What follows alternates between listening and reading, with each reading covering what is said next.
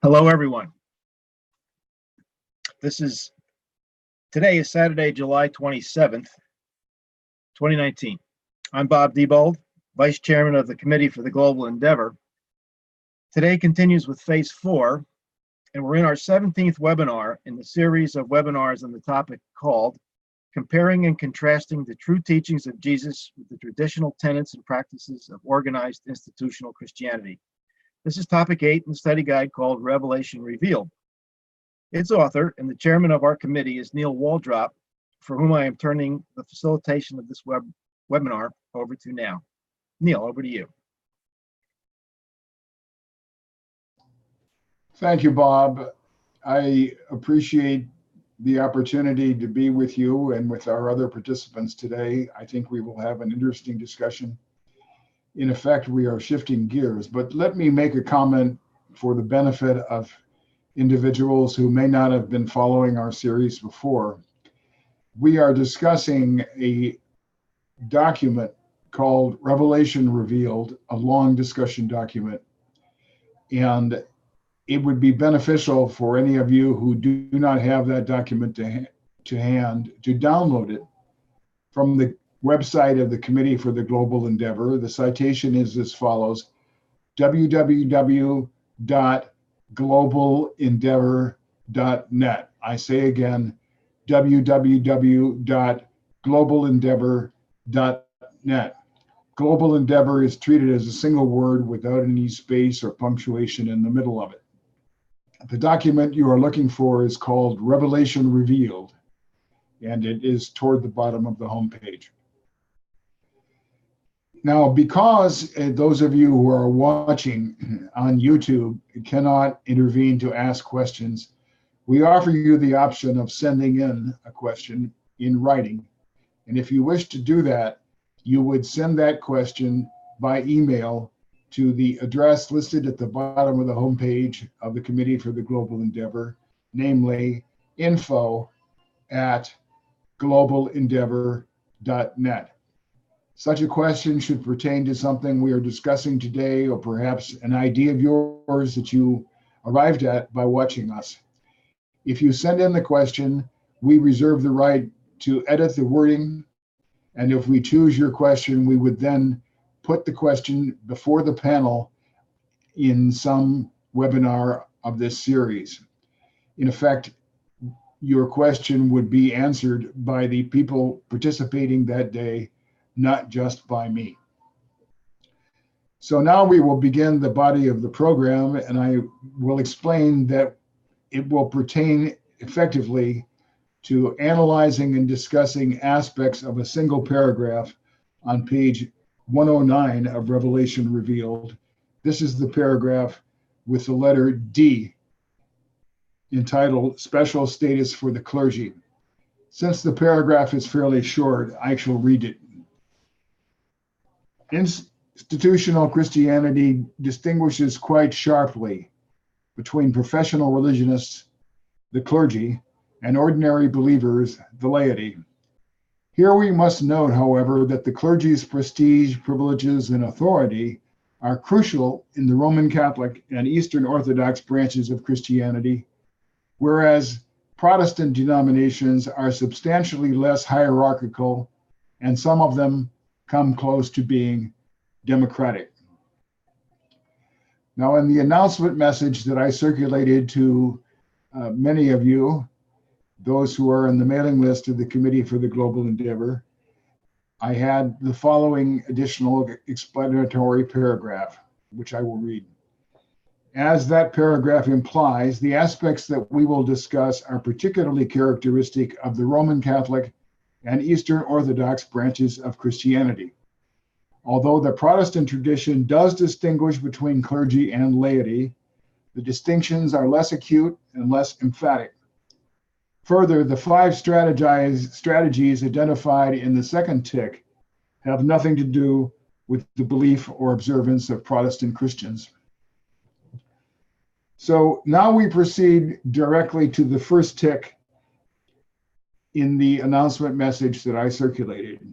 It reads as follows: dividing believers into 2 fundamental categories, clergy versus laity, whereby the latter are distinctly subordinate and are treated as second-class citizens. By implication, we have to divide this discussion into two parts. I think for the purposes of our analysis, it would be better to start with the practices of distinguishing between clergy and laity as they occur in the Protestant tradition. So I would like to ask Marvin for his comments on this to the degree that clergy are distinct from laity in the Protestant faith, where there may be a certain amount of overlap whereby the lay believers are allowed to take certain roles and participate in observances as he understands the practice of Protestant tradition. Thank you, Neil. Yeah, I'd say all of my experience in churches would be in the Protestant denominations. And I'm not that sensitive to the nuances of the distinction between the Catholic and Orthodox churches and the Protestant churches. But it does. My sense is that Protestant ministers serve in some sense at a level in between where Catholic priesthood serves, and really at the other end of the spectrum, which really I was thinking about, and it'd be interesting to incorporate that into our conversation. I would include an allusion to the Mormon Church, which to me is a very interesting variation on the theme, where all believers, all male believers, are considered priests after the order of Melchizedek and serve priestly functions in rotation. So it's essentially a universal and, except for male, female, a universal priesthood with rotating membership quite constantly, people moving in and out of positions. So, I mean, that's interesting to think about, that these evolutionary structures are still in a process of development, ongoing development. I would first thank you for your comments and simply ask a couple of follow-up questions, if I may. Yeah. In the Protestant tradition, members of the congregation, believers, are customarily the teachers in Sunday school class, both men and women. And these persons teaching the Protestant beliefs do not have to be clergymen. Am I correct about that? Yeah, that's correct. I think the other observation I'll make, which is related to the question you just asked, is my sense is that in the Catholic and Orthodox traditions, the priesthood is a class, as you described it, a class set apart. They're not like ordinary human beings. They have been changed by their ordination and become a separate class of human beings. In the Protestant denominations, it's the role is more the first among equals. In other words, the minister is an equal with lay folks, but has substantial training, and primarily training and experience in leadership in the Christian congregation, but is not a different kind of human being, and has not been transformed in that sense. So yeah, the first among equals, I think, is a relevant concept. All right, Marvin, thank you very much. I appreciate that. I would like to turn to a different member of our panel today and ask him the second question. George, in very specific terms, my impression looking at the different varieties of Christian denominations would be to include an observation about the nature of duties, that in the Protestant tradition, the primary role of clergymen is partly a matter of giving sermons, in effect speaking during ceremonies, but also a coordination role in terms of social gatherings and activities. Would you say that those two roles are the predominant roles that you attribute to ministers in the Protestant tradition? Or if you do not agree, then please elaborate as you wish. George, you're muted. I'm sorry. Sorry. I certainly see those two roles as being in play, but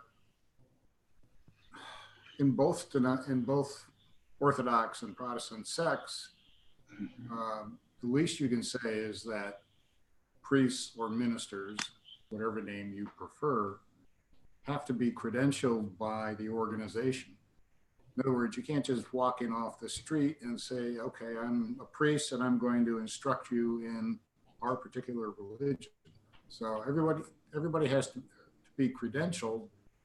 And so because of that, there are two ways to interpret that. One, it's a matter of indoctrinating people in a dogma, but the alternative explanation is not everybody's up to the task of interpreting the Bible or interpreting, what do they call it, the magisterium in the Catholic Church.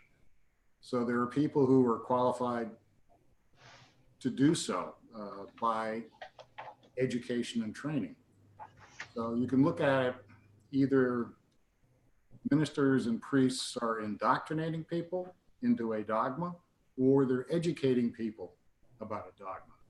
So it all depends on whether it's your religion or somebody else's religion. You know, other people are indoctrinating their believers, but in my religion, I'm learning, I'm being educated. Thank you. I would, in effect, elaborate a little bit on an earlier question about the roles of ministers in Protestant denominations by, in effect, putting part of it in the negative. In my way of understanding things, admittedly limited, there does not seem to be any sort of spiritual overtone of bequeathing or administering grace or God's mercy that one associates with Protestant ministers. Whereas by contrast, a Roman Catholic priest and an Eastern Orthodox priest conducts very defined ceremonies that those faiths view as channels of grace to believers. Am I correct in this regard, George?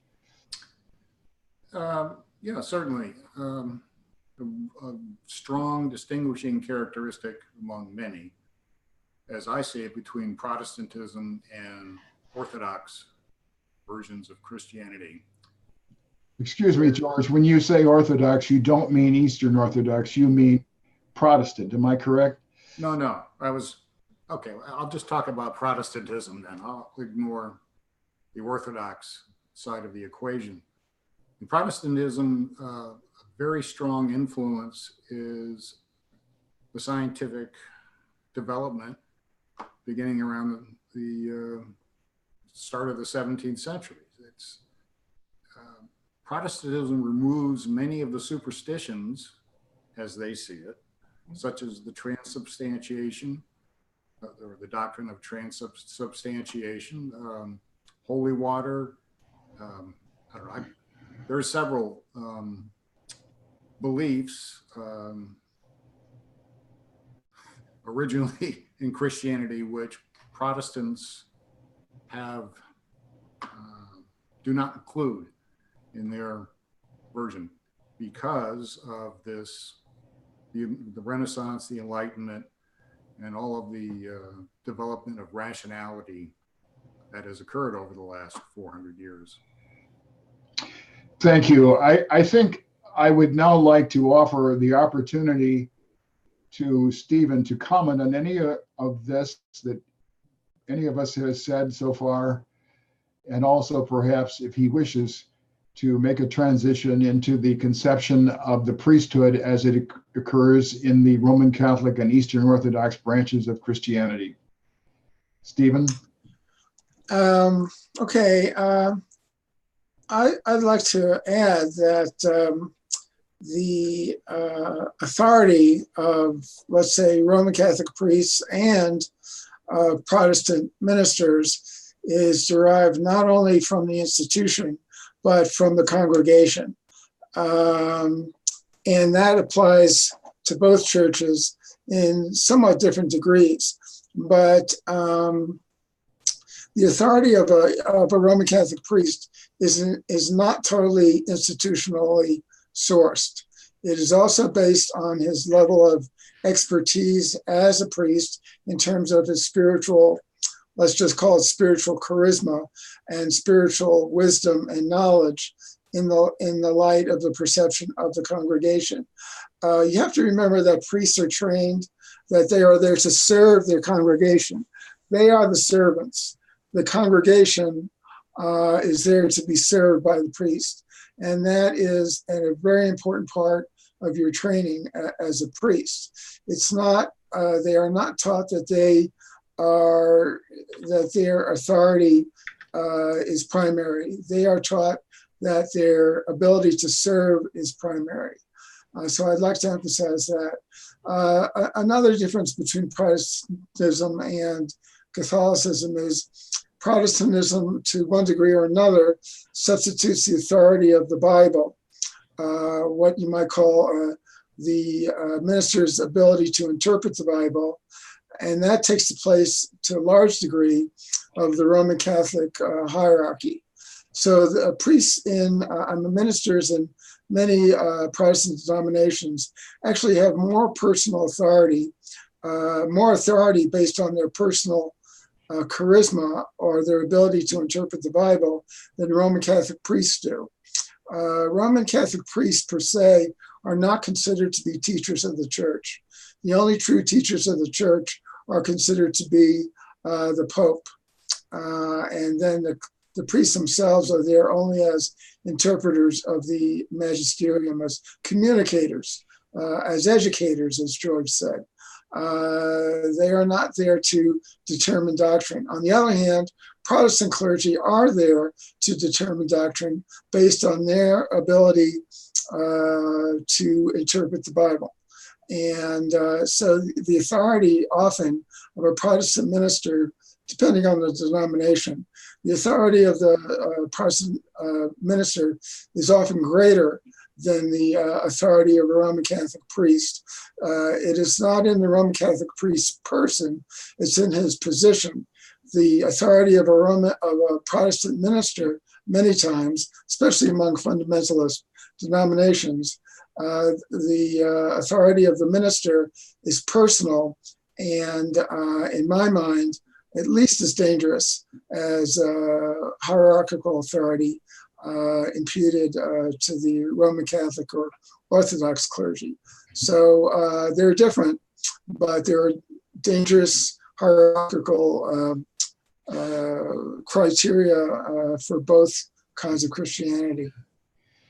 Thank you, Stephen. Would you please now talk about ceremonies, prescribed functions, and perhaps the sacramental overtones of some of these functions? Yeah, you in number 2 here under your characteristics of Christianity, is it number 2? No, it's number 3. Asserting that ordination as a priest enables that man to change bread and wine into the body and blood of Christ. That is inaccurate, the way that's put. Nowhere in Roman Catholic doctrine does it say that the priest has the power to change bread and wine into the body and blood. Only God or Christ has that power. The priest is there as just as a physical administrator of that ritual. It has nothing to do with any power inherent in that person to make that change. So that's a mischaracterization right there. So I can start with that. What I'm trying right now, and we can continue that idea when we reach that tick, as we will, is to talk about ceremonies as a function of the priesthood as opposed to the functions of ministers.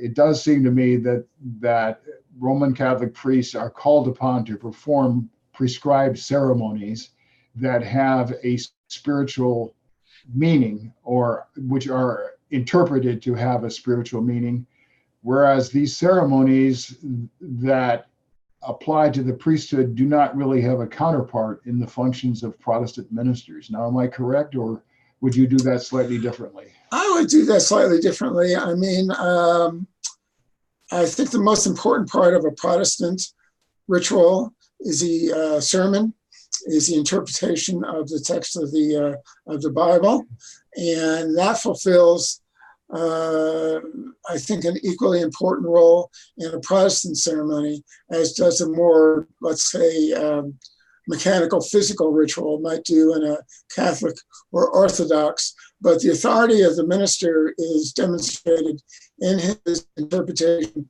of the Bible. I will also say that your quote here on the top of page 110, the early Christian cult was the most effective, appealing, and enduring of any ritual ever conceived or devised. That involved a priest who did ritualized activities, ritualized behaviors for and with the congregation. And that was part, a crucial, absolutely crucial part of the most effective, appealing, and enduring of any ritual ever conceived. And there would have been no cult, no religion of Christianity without that kind of a ritualized activity. And I believe that we need some new symbolization of the teachings of Jesus that in some ways equal or even surpass the Christian cult ritual as it was first devised. That will probably require a ritual leader, a ritual facilitator, and it's up to us not to make that facilitator up on a pedestal that's too high above us. But any ritual does require a facilitator or a leader. I don't believe it can be done effectively.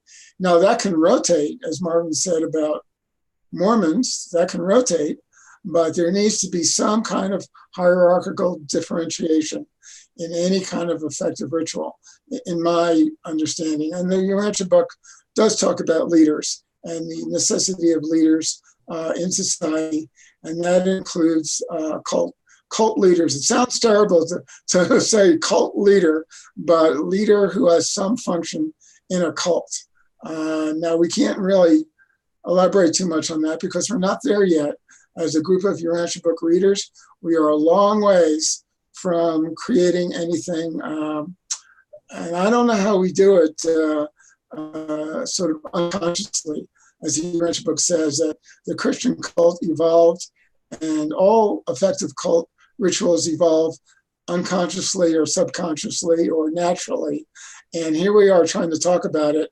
And I don't know how you talk about it at the same time as you naturally evolve it. It seems like a contradiction, but we have to figure that out. Thank you. Bob, you have a wide range of comments from people who have preceded you, and I would allow you to pick over whichever of these elements appeals to you in particular, comment as you wish. But in doing that, I would ask you to consider the fundamental idea of a distinction that is the basis for the TIC as a whole, the distinction between clergy and laity, and perhaps appraise in your own view to what degree the distinction is at different levels or in different magnitudes in regard to the Roman Catholic and Orthodox, Eastern Orthodox versions of Christianity as opposed to the Protestant versions.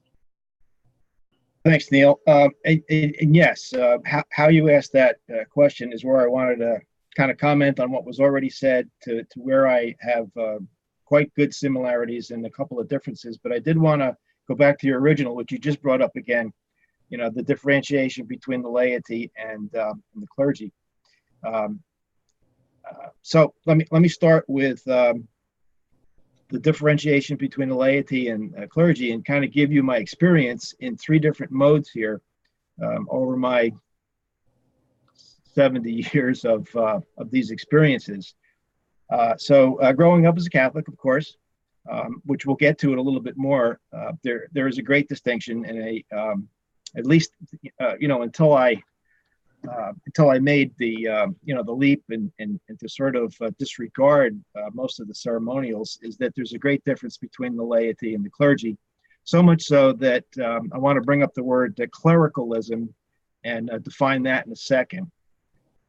So the power and authority, the idea that George brought up and Stephen discussed again of transubstantiation, how that occurs in the process of the Mass is something that we could quibble over a little bit, but in fact it is an idea, it is a concept that Catholicism and Eastern Orthodox does adhere to.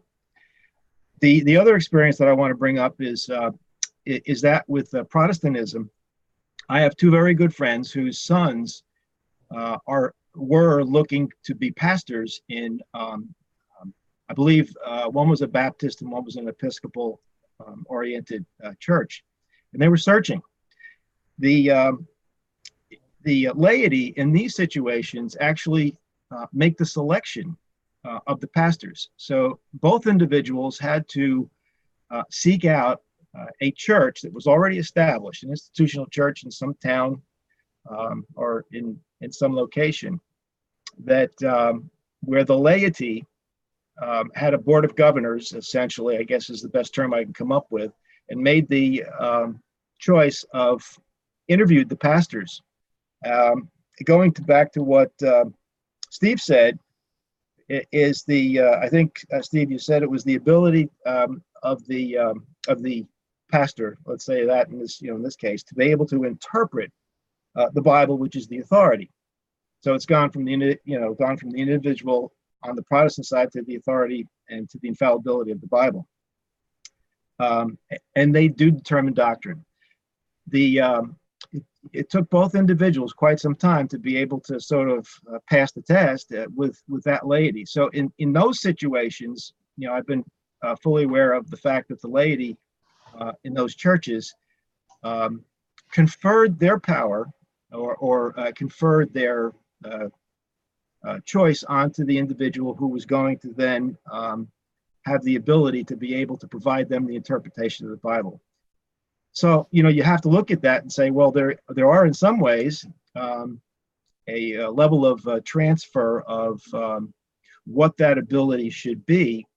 And I don't know the dynamics, and I can't speak of those dynamics. Both found jobs, so to speak, brought their families into those areas, and then are then economically remunerated to be able to continue to do the job. Now they function as servants and ministers, and also as administrators. The other one I have for the last 35 years or so is in the African American Pentecostal tradition. And in fact, Neil, I think you brought this up, that the laity are selected to be able to do the Sunday school teaching, I guess in effect what Catholicism calls a catechism. There is no catechism. There is no magisterium, as George brought up, that this is the way it's going to be. There is a fluidity to it, and in fact, in those situations, there is a hierarchy, and in fact, the hierarchy is called the same thing: bishops and pastors and prelates and so on and so forth. So many of the terms come over. The idea of communion with actually bread and wine is still symbolically done, much differently. There is no transubstantiation, but in these situations, there is a balance between its where much of the laity then leaves a particular what they call those strip churches. Can't remember exactly what they call them, but the church can be anywhere. Matter of fact, they are. They're in schools, they're in strip malls, etc. Very similar, though. They're very involved from the education on up. So there's quite a bit of agreement, at least with some of these things, and of course the definition of the process of how that transubstantiation happens on the Roman Catholic side is something that we could discuss, and I'm sure. So I see three different levels of laity versus clergy. I wrote up the word clericalism, and when we get to that one, I have a few things and a few thoughts to say on the Catholic and the Orthodox Eastern side.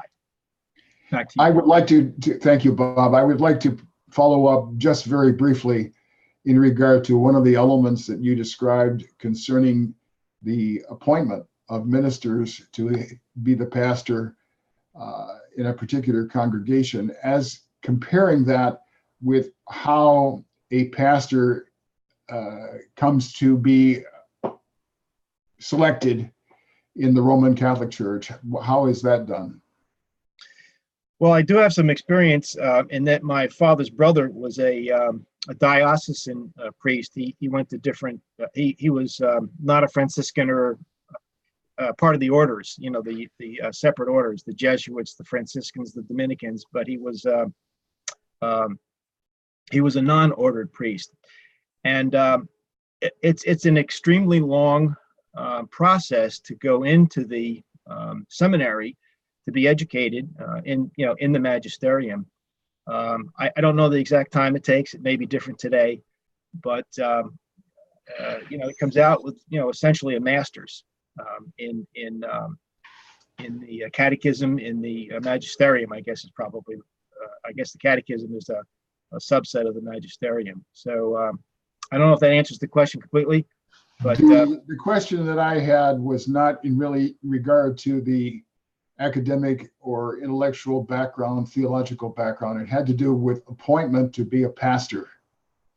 And the diocesan priest that you described becomes the pastor of a parish by some step that is different from the step that you described of going before a group of elders or managerial persons in a Protestant community. What is the step whereby a Roman Catholic priest is selected to be a pastor?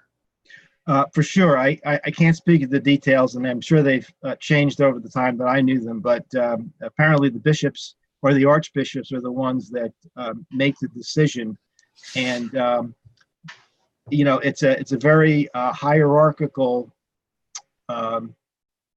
power-driven situation. Very much so that we saw in the took all of the terms from the Roman terms. And so, a bishop has a set of dioceses. I suppose I'm probably giving this wrong today, but an archbishop has the next level, and they have certain roles and functions that they perform, and they can move folks around, as we've seen with the problems with the pedophile priests, that they could move them and hide them, etc. So the power up there is in those levels is significant, but that's where the appointments occur, as far as I know. Thank you. I would simply like to give my sense of what you have said, but also my sense of what happens, that the appointment of a pastor or the assignment of a priest to a particular parish occurs by the authority of the bishop or the archbishop in the case of an archdiocese. Is that your understanding also? Yeah, I believe so, Neil. And of course, you go above that, and you've got the cardinals and other levels that I'm probably not aware of anymore.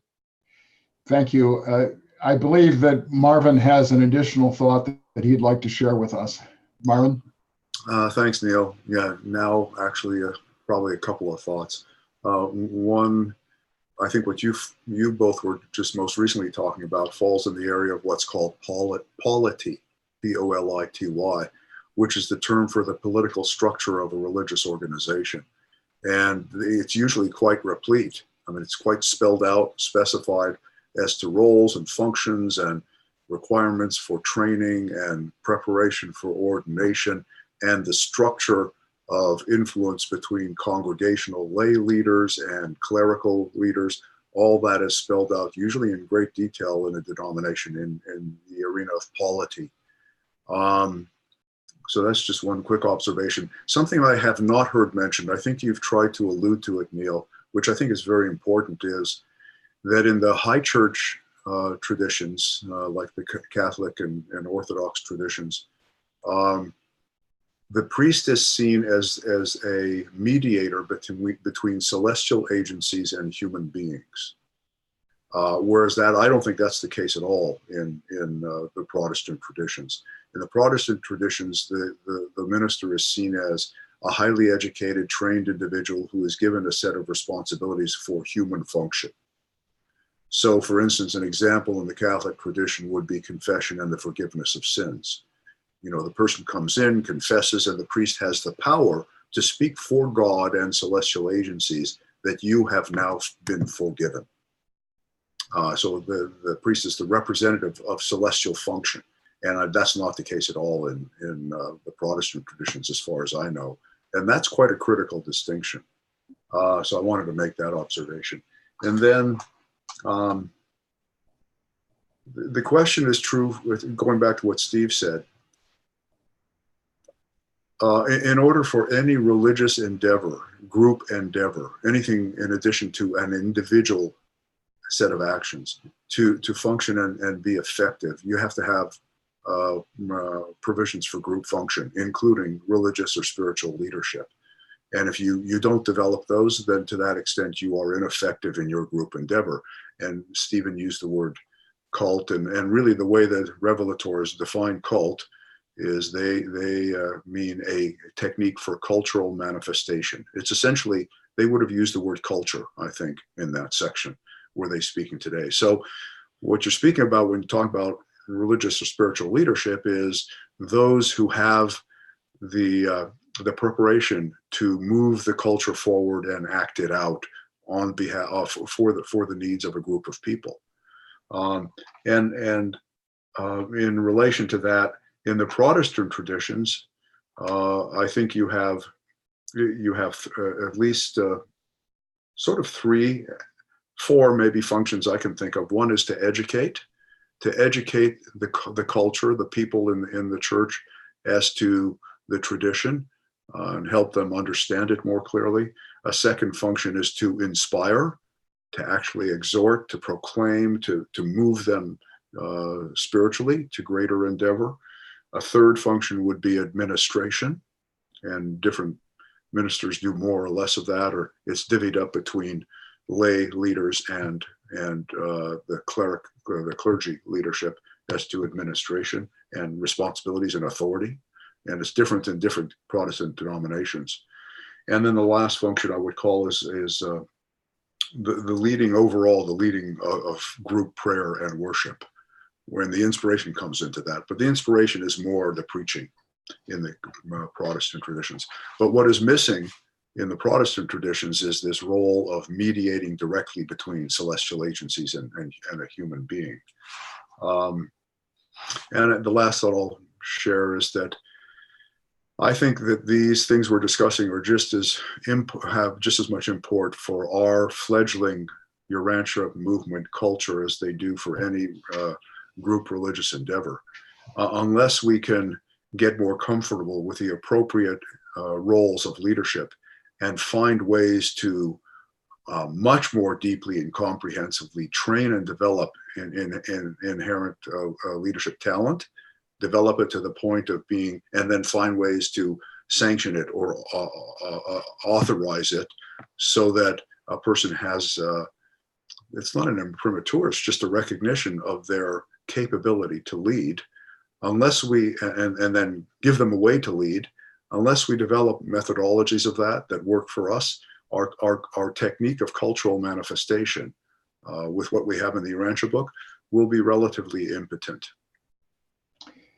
Thank you, Marvin. I appreciate your comments. They're very interesting. I believe that perhaps others may have a slightly different view as compared with yours, but that's fine. I do have one observation that I will make. I now understand your remark that you have 1 or 2 ideas. I compare it with a situation quite a few years ago when I was driving home with my wife and son. My son was 7 years old at the time. And my wife asked us to stop at a supermarket and park there where she went in. And she got out of the car. She said, "I just want a few things." All right. No, my son turned to me and said, "I know what that means. That means 7 bags of groceries in 20 minutes. So when you say I have 1 or 2 ideas, I know what to expect. All right. I do not know whether there are comments. Looks like Bob has a comment. I think so, and Stephen too. I will go to Bob and then after him to Stephen. Yeah, just want to follow up on one thing that Marvin said at the end there. When you related it, Marvin, back to the Urantia students and the call it a movement. Culture. Yes, very good. To the Urantia culture. Very important for us to consider some of these historical trends and some of the things that we brought up here today, which, you know, we're just doing this on the surface, of course, to think about, you know, what level, you know, who should, thought is, you know, we have to take the data, the information, move it to knowledge, get an understanding, and hopefully, you know, individuals gain wisdom. So at what level does the instruction of this revelation really need, and what will it require, and how does it get organized? I know some things are being done, that there's definitely an educational group and fellowship, but all of that has to you know, has to evolve and has to go to a level that that somehow doesn't make the same sort of mistakes that we were talking about just a moment ago. If we see these as mistakes, certainly I do, and to try to go forward. So I just wanted to say that that's a very interesting point that you brought up, Marvin, and I've thought about it for a long time. You know, what would allow me to be, you know, an educator from the 5th epoch of Revelation? I hardly know. Thank you. Stephen, your turn. Yeah, I have a slight disagreement with something that Marvin said, comparing the Protestant and the Catholic ministry. The Protestant ministry is just as much a mediator between the divine and the human as the Catholic is. It's just the mode of mediation is different.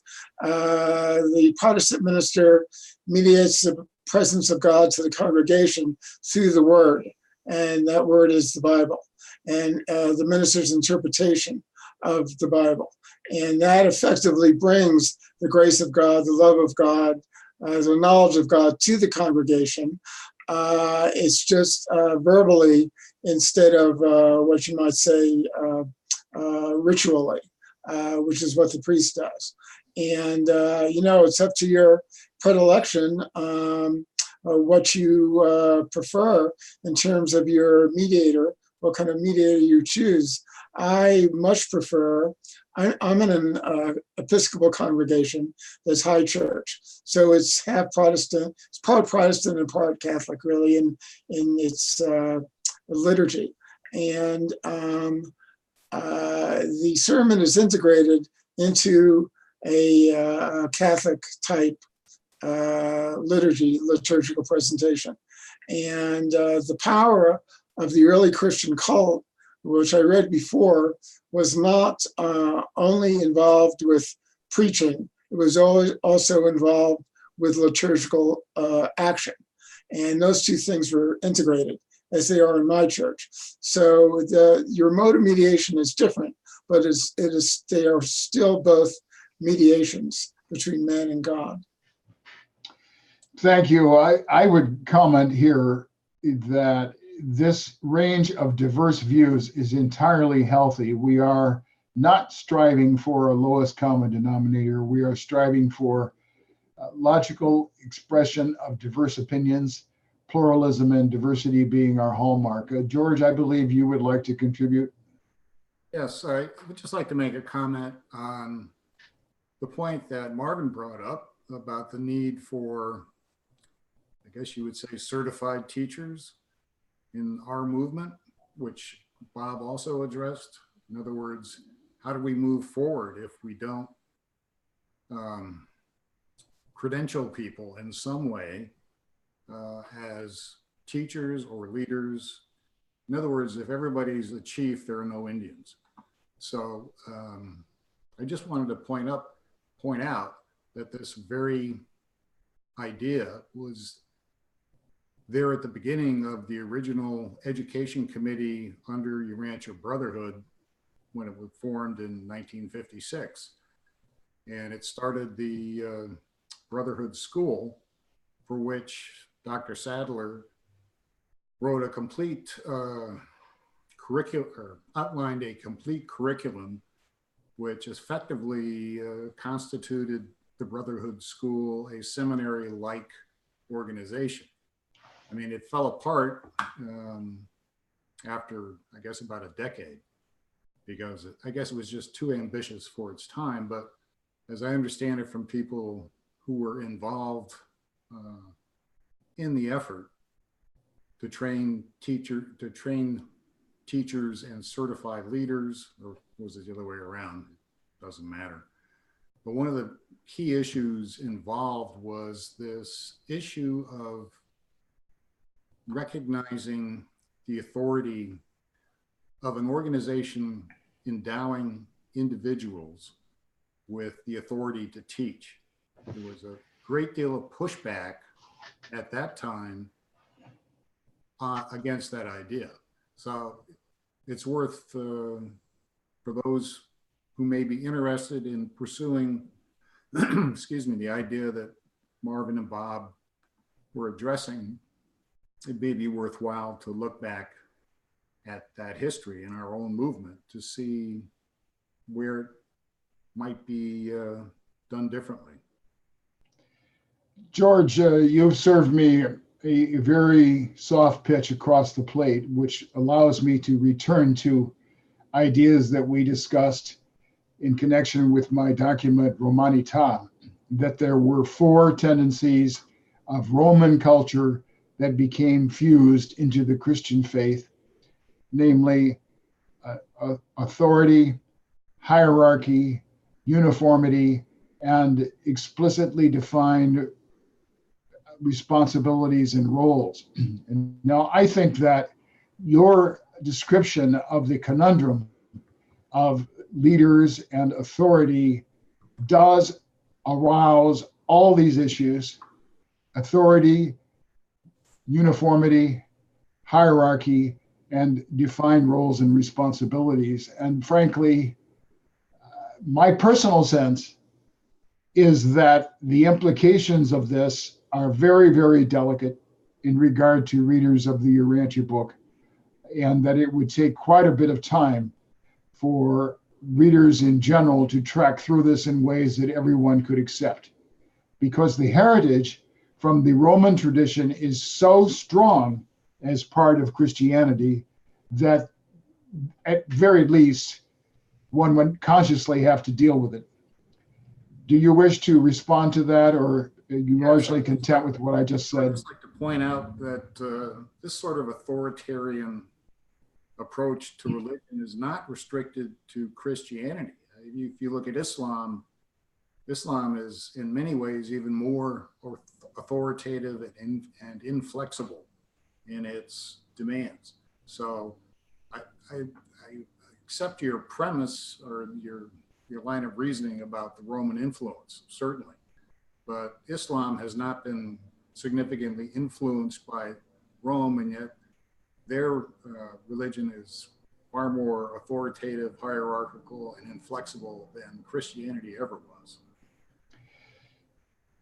I take your point, George, and I largely agree with it. I would say that there is a distinction in Islam, that there is not a single channel of hierarchy. There are diverse approaches to Islam and the teachings. The division between Shia and Sunni is very sharp, but even within both branches of Islam, there are distinct schools.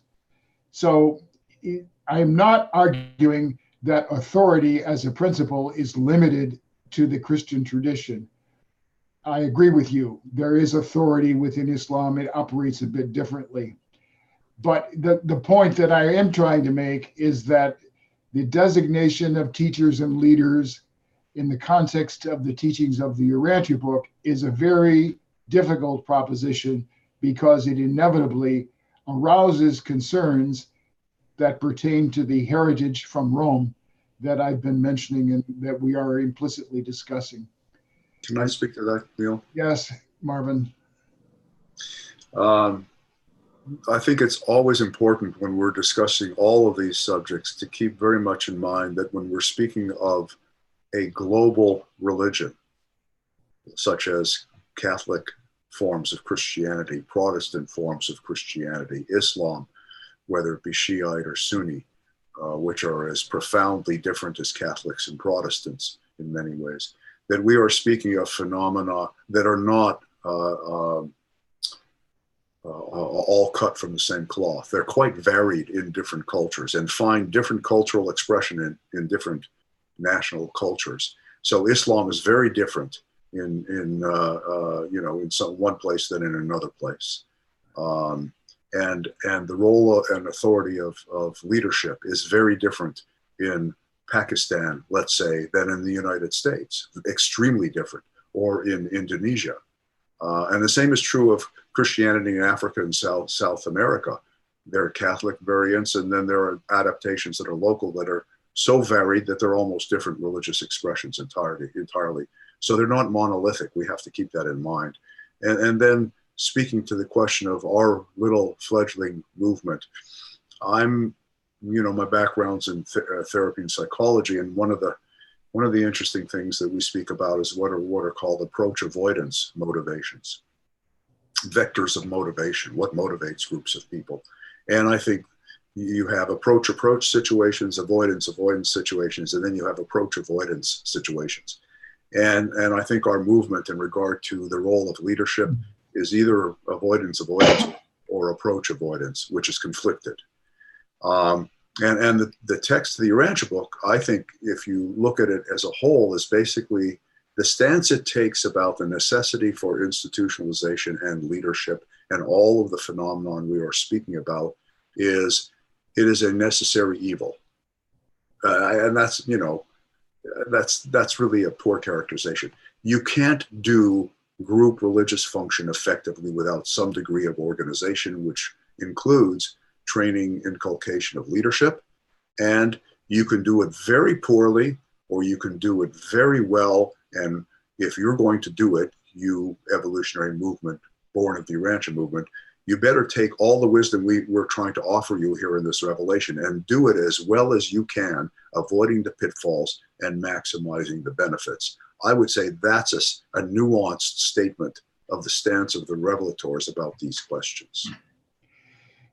Marvin, I agree in large measure with a great deal of what you have said. I think the question of organization is not the same as the question of authority, and specifically authority over belief. And the authority of the Christian tradition inherited from Rome is the authority to prescribe defined beliefs and to insist on conformity to those beliefs. So in connection with readers of the Urantia book, that is a huge pitfall that absolutely needs to be avoided. I sympathize with the idea of organization, but it must be distinguished from the authority to specify belief in particular ways or to interpret the ideas contained in the teachings, in this case, the teachings of the Urantia book. Well, gentlemen, I think it would be wise at this point to move on to the next segment of the outline that I presented in the announcement message, which is headed as follows: 5 conscious, considered strategies of the organized institutional church, methods that are clearly intended to enhance ecclesiastical authority and justify insistence that believers obey the clergy in regard to all aspects of Christian belief and practice. The first element under this that I listed in the announcement message was 1, seizing upon and exploiting the psychological and theological implications of the word Father. Now, in this connection, I assembled or identified 2 paragraphs from the teachings of the Urantia book that I think are worth considering and keeping in mind as we discuss this question. The first paragraph comes from paper 169, section 4, paragraph 7. In the single column edition, it is the fifth paragraph on page 1856. It begins with the words, Jesus employed the word God. And I would now like to ask Stephen to read that paragraph for us, please. You will have to unmute yourself, Stephen. Jesus employed the word God to designate the idea of deity and the word Father to designate the experience of knowing God. When the word Father is employed to denote God, it should be understood in its largest possible meaning. The word God cannot be defined and therefore stands for the infinite concept of the Father. While the term Father, being capable of partial definition, may be employed to represent the human concept of the Divine Father, as he is associated with man during the course of mortal existence. Thank you. I would now like to call on George to read the other paragraph that I identified. Actually, this is the final paragraph in the final paper of the Urantia book on page 2097 in the single column edition, the final paragraph in paper 196 of the teachings. George, would you read that, please? And God consciousness is equivalent to the integration of the self with the universe and on its highest levels of spiritual reality. Only the spirit content of any value is imperishable. Even that which is true, beautiful, and good may not perish in human experience. If man does not choose to survive, then does the surviving adjuster conserve those realities born of love and nurtured in service. And all these things are a part of the universal Father. The Father is living love, and this life of the Father is in his sons, and the Spirit of the Father is in his sons' sons, mortal men. When all is said and done, the Father idea is still the highest human concept of God.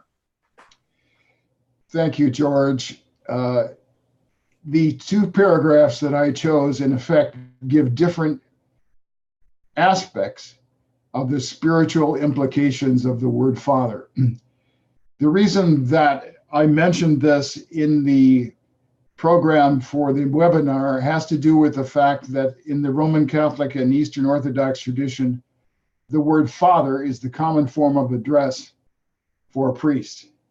And the term Holy Father is a name that is applied to the Pope. So my question is whether this appropriation of the word Father, in effect, is justified, or whether it implies spirituality in ways that are perhaps not in keeping with the ideas expressed in the teachings of the Urantia book that Stephen and George read. I think I will call on Bob first. That's quite a bunch of different ideas, but I'll give you the opportunity as my close partner to be first in expressing your views. Thanks, Neil. When I saw this and I thought about the last paragraph that George read, the last sentence in the last paragraph, when all is said and done, the Father idea is still the highest human concept of God. At the same time, I thought about the very first sentence, which is in the foreword. The universal Father is the God of all creation, the first source and center of all things and beings. First think of God as a creator, then as a controller, and lastly as an infinite upholder. And then the last sentence in that paragraph says, only the concept of the universal Father, one God in the place of many gods, enabled mortal man to comprehend the Father as a divine creator and infinite controller. So they bookended that. In my family, I had said earlier that I had a priest in my family, and so I was born into this family, and he was called Father Walt. He was the oldest in my father's, in my paternal grandfather's family, And while that is, it was a very nice designation. He never had any children, so calling him father kind of probably led me in the direction of thinking these sorts of things. That it seems like the idea of the father is clearly clericalism, and I'll talk about that in a second. In that doing that usurped, in my mind now, I can think of it this way. Based upon what the very first paragraph and the last paragraph we're talking about, if the Father is the concept of deity and the highest human concept we can have of the infinite upholder and controller, then to think that we would call the clergy, who are, as Marvin said, the intercessors from us to deity, is a huge leap, and one that has great psychological bearing on the individual. For me, I suppose it didn't sit well with me for a very long time. I really loved my uncle. He was a great guy, and he was a little bit more progressive as a priest, which is probably what drove me in the direction to find the fifth book of Revelation, I suppose. So I have a lot to thank for him for all that.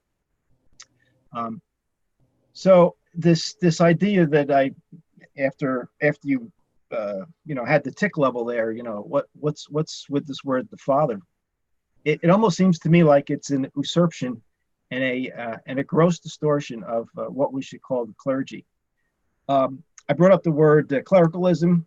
I think because the idea of clericalism is not only in this institutional religion idea, it's in all of our organizations, and it's the divisions between the top of the hierarchy and the bottom of the hierarchy, and all of the trappings that go around the clergy, the ability to maintain, the institution, to be the point of institution, to drive all of the instruction level down to the laity, all the trappings that they wear, the great hats and all the pomp and circumstance. Clericalism is it's probably the root cause. I'm not defining that very, very well right now, but I see that as really essentially the root cause. One other quick thing I wanted to mention was that with organizations, we're used to a hierarchy. Anybody that draws an organization of a corporation or a nonprofit, there's always someone who's the CEO, and they have their vice presidents, etc. Very similar to this Roman hierarchy that we were used to. There's an idea that I'll just throw on the table, and we can talk about it at some point. It's a holarchy. And a holarchy is more is almost the difference between a taxonomy and an ontology. A taxonomy is this hierarchy built from the top down. Cars are in the taxonomy. You've got automobile, you've got vehicles that transport, and you have different kinds of vehicles, so it's all the same stuff. But an ontology is about how things are organized and how we see things. And frankly, an ontology is where artificial intelligence is now moving to be able to create the kinds of things that we see on our mobile apps right now. So we're really moving into some very interesting technological ways with these concepts that are very abstract and very hard to understand. But that's the way I see this idea of the Father. Back over to you, Neil. Thank you. Marvin, I would like to turn to you next, but in doing so, ask you to reflect on whether the use of the term Father as a conventional designation of a priest implicitly amounts to an effort to assume a correspondence with the role of the Father in the family, in addition to God the Father as a spiritual being. Yeah, I'd be glad to respond here, Neil. Guys, I've got a few thoughts in sort of the nature and direction of the conversation we're having. We can think about dysfunctional manifestations of the phenomenon that we're talking about here, the designation of a leader of a congregation. as father. We can also come at it from, okay, what are the values, what are the virtues in the ideal manifestation? What are the values and virtues of this kind of an arrangement? And how did Jesus proceed in regard to this kind of an issue? What metaphors did he use for leadership? And there are two that stand out to me, and I think they're very related to this issue of the term father for a priest. He basically said that one metaphor he used is the shepherd and the flock, that you are shepherds and that it's your job to lead the sheep to the spiritual pasture, right? And what he implied was that leadership has a profound form of responsibility for the welfare of the flock and must manifest tremendous devotion to the welfare of a flock, right? And that is typically the role of a parent for a family of children. Tremendous responsibility for the well-being of the children, their growth, their development, and their nurture, and devotion to that set of tasks. The shepherd to the flock and the father or mother to the family of children has that parallel. The other thing that Jesus said over and over again in this regard in terms of leadership, characteristics of leadership, is that the greatest among you, among leadership, shall be the servants of all. Those who are the highest established leaders are the most profoundly service-oriented, what Robert Greenleaf called servant leadership, taking that metaphor and running with it. Giving of yourself, devoting yourself and your life energies to the well-being of a whole, a flock, a family, of individual human beings, to their spiritual well-being. So I wanted to add that in there, and I think in the best of priestly function in the Catholic tradition and in any religious tradition, when the motivations are pure and the sense of the spiritual leading is deep, that's what a leader is doing, and in any of the traditions. So that's good leadership in my estimation, and it's pure. It's pure in motivation, and it's spiritually led in motivation. So that was kind of like my key thought to contribute here. I probably had another, but it'll come to me later. Well, I'm glad you're not telling me that you just have one or two thoughts, Marvin, because I know what that means. Yeah, well, my cart is right here on heading in. Stephen, I'd like to turn to you next. And I think the fundamental question that I'm posing by listing this as a tick in the program that I described has to do with the use of the word father. Everyone accepts the need for leadership, but in the Protestant tradition, the word reverend suffices. And the word reverend is an appropriate recognition of someone's training and learning, perhaps. Whereas in the Roman Catholic and Eastern Orthodox tradition, both of them have appropriated the word father as a routine greeting and title for a priest. Also the word pastor in the Protestant traditions, which is the shepherding function. Sorry. Yes, but all right, that's fine. In a functional sense, pastor is not ordinarily used as a greeting, although I suppose one can say Pastor Williams or Pastor Jones, whatever. Oh, no, it is. So high pastor is standard greeting in our church. Okay. Yeah. But it isn't a title that one would put before his name in a newspaper article. The congregation is headed by Reverend Jones normally, right? And in contrast, in the Roman Catholic faith, it is normal to say Father John or Father Jones, Father Williams, blah, blah, blah. And the title, one of the titles for the Pope in Rome is Holy Father. So I would ask Stephen to reflect on the differences here and simply to give us his interpretation of this usage of words. Okay. Well, first I'd like to comment on the example that Marvin gave about the language that Jesus used regarding religious leadership among the disciples. or among his followers. That could be taken as even more hierarchical and insulting to the common person than the term father. So basically, when you have a shepherd and sheep, you are calling your followers sheep. That would not be very well appreciated these days among people. And probably some people back then didn't appreciate it either.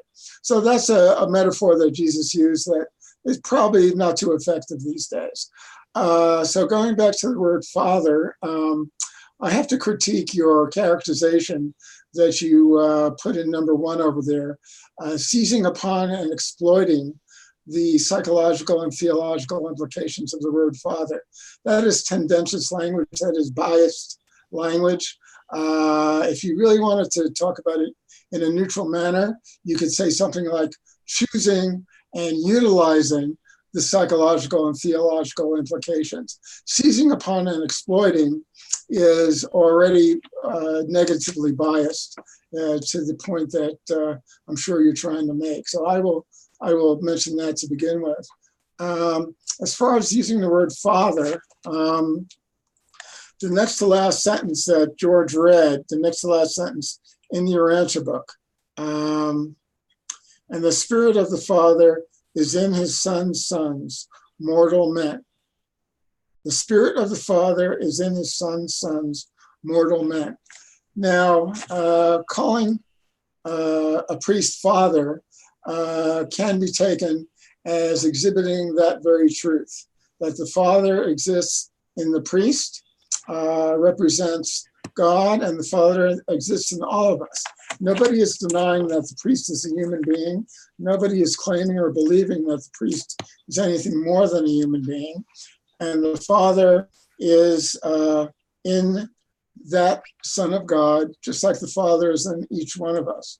Now, it could be taken in that way, and it often is, and that's how I take it when I address my rector or assistant rector as father. He's a father, but he's a father because he's a brother. Okay, he has the Spirit of God in him, like I have the Spirit of God in me, and calling him Father is representative of the Father in all of us. So you don't have to negatively give implications about using the word Father. It can be taken in a completely different manner than just designating hierarchy and authority. So I take it in a different way than that. Thank you. George, you have not yet had an opportunity to comment on these questions, and therefore I offer the chance to you. Yeah, I must admit, I sort of had the same reaction as Stephen. The word father can reflect two not necessarily compatible attitudes. It can reflect the altruistic attitude of a loving father or of a loving personality, which is positive, and it can reflect respect for authority. Calling somebody father can reflect a respect for the superior authority of someone like a priest. And that's not necessarily bad either. Having said that, of course, that respect for higher authority in the form of some individual can, of course, be used and employed in a less than altruistic way. So, I grant the point of your question.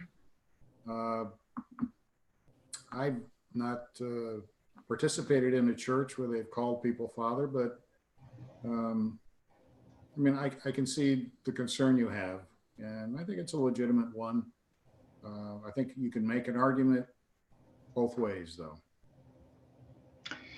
Thank you. And I believe you've now given me a reasonable opportunity to make a general comment. I remarked earlier that we are not striving for uniformity in this group. We are striving for pluralism and diversity. I will also make the obvious admission that when I write a program, when I wrote Revelation Revealed, I'm a human being too, and I have my own opinions. And so you will see my opinions in the program. You see them in Revelation Revealed. Others may challenge them, and in fact have done so from time to time. And that's perfectly normal, perfectly healthy. I believe we have now reached a point where it makes sense to go on to the next element, identified as number 2. And I will read it as follows. Describing the initiation ceremony called ordination as a sacrament that imparts an indelible mark on the soul of the man who has just become a priest. I suspect that there may be aspects of this wording that are not entirely in keeping with Stephen's views, and therefore I will offer him the first opportunity to react to this point and perhaps to the wording of that statement of mine. Stephen? I don't have a problem with the wording of this particular point, but I will say that any meaningful ritual, no matter what it is, leaves a mark on the soul of a person who participates in it. And if this particular ordination ceremony is meant to somehow create a new aspect of being for the person being made a priest, I don't find anything objectionable to that. The same thing will happen in any sacrament, including baptism, including marriage, including any meaningful ritual activity will leave a mark on the soul of the person going through it. So that is not surprising to me. I will comment on the word sacrament. We have not really talked about the meaning of sacraments in the church. Sacramentalism, to use a kind of a heavy word, sacramentalism is the reason that the early Christian cult was the most effective, appealing, and enduring of any ritual ever conceived. A sacrament is something that brings together the divine and the earthly, the divine and the human, in a way that does not separate them and does not conflate them. It brings them together in a living way that makes it real for the person experiencing that sacramental activity. And without that ability to create sacramental reality, there would have been no Christian ceremony, no Christian ritual, no Christian cult, no Christian religion, and no perpetuation of the teachings of Jesus, such as they are. Incomplete and distorted as they are, they would have disappeared without the ability of the Christian cult to incorporate sacramentalism into its cult ceremonies. So we have not talked about that, but I just wanted to bring that up. Thank you. I would like to focus on the idea of a mark on the soul. I think Stephen has characterized the, shall we say, the theological implications of a ceremony, in this case, ordination. But the discussion of a soul in the Urantia book, according to the way the Revelators describe it, is quite different from the concept of the soul in the Christian tradition. In the Urantia book, the Revelators tell us that the soul is the outcome of the moral choices and spiritual decisions that a human being makes, as replicated by the work of the thought adjuster. And of course, the idea of a mark on the soul does not make sense in terms of that understanding of the word soul. So what are we going to do with this idea of a mark on the soul? And I now would like to turn to Bob for a comment. Thanks, Neil. Yeah, very interesting. I wrote this down, actually. Let me define sacrament. Steve, it's very close to what Steve said, because I wanted to talk about sacrament also in that statement.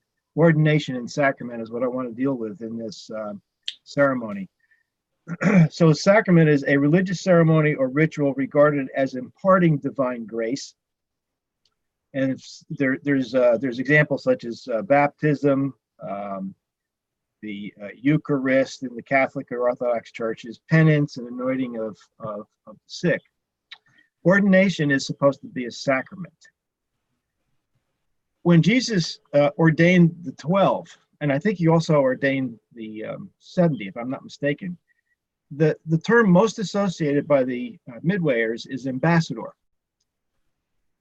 So I put that picture in mind is that, an ambassador, the way that we look at it politically or geopolitically or nationwide is someone who brings the values and culture and lives in a foreign location. And then, of course, is responsible to have a diplomat. So an ambassador is a diplomat, but a diplomat may not be an ambassador. You know more about that than I do, of course, being a diplomat. But all of it is based upon diplomacy. So I see an ambassador as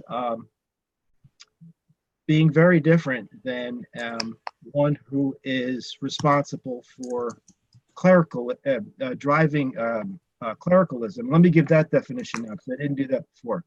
I kind of talked around it. Clericalism is a privileged and separate caste mentality of clerics, that they are specially chosen, that they are set aside from the rest of the people to rule, to teach, and to admonish. Well, of course, that sounds a little bit hierarchical, of course, to rule, to teach, and admonish. Teaching is fine. So if I put these two together and I look at ordination, which is kind of what we're looking at here, Jesus ordained, but in a much different way than this mark on the soul, because clericalism reinforces this doctrine that the sacrament of orders to the priest is a sign that's placed on the soul. And as you brought up, the soul is a Morantia object or substance, or halfway between matter and spirit, that is the spiritized, the thought adjuster that spiritizes our choices and our decisions to be able to give us the vehicle to be able to resurrect. But so this mark on the soul then really drives not only the idea that the clergy is separate and distinct and above, but also that it has a supernatural aspect and even a mystical aspect. So, I go back to the idea of the Father, and, I use this pejorative word, usurped. I still feel that, and it's a little stronger, but I think that the root cause of this is this idea where these sacraments, the supernatural idea of ordaining an individual to be able to have a mark on his soul, just doesn't fit logic for me. And I'll pass it back and toss it back to you, Neil. Thank you. I appreciate your points. I think they're very close to the general philosophy that I had in mind when I listed this as a question. It seems to me that if we talk about the step of ordination, we can compare it to an initiation ceremony when one becomes the member of an organization or a club. And most organizations or clubs have some kind of a function in which they approve someone's application to be admitted and accord that person with certain privileges. In the case of political representation, it is the certification of election. And so there is a ceremony involved in recognizing a title or a dignity or a function. And one cannot logically object to the idea of a ceremony. But it seems to me that the issue that I am posing and that you, Bob, identified has to do with the spiritual significance of the ceremony or the initiation practice, and whether it is, on the one hand, understandable, but on the other hand, spiritually troubling to talk about a mark on the soul. Marvin, your turn. Thank you, Neil. My reaction is similar to Stephen's reaction, which is, of course, it leaves a mark on the soul if it's genuine. Excuse me, just one second.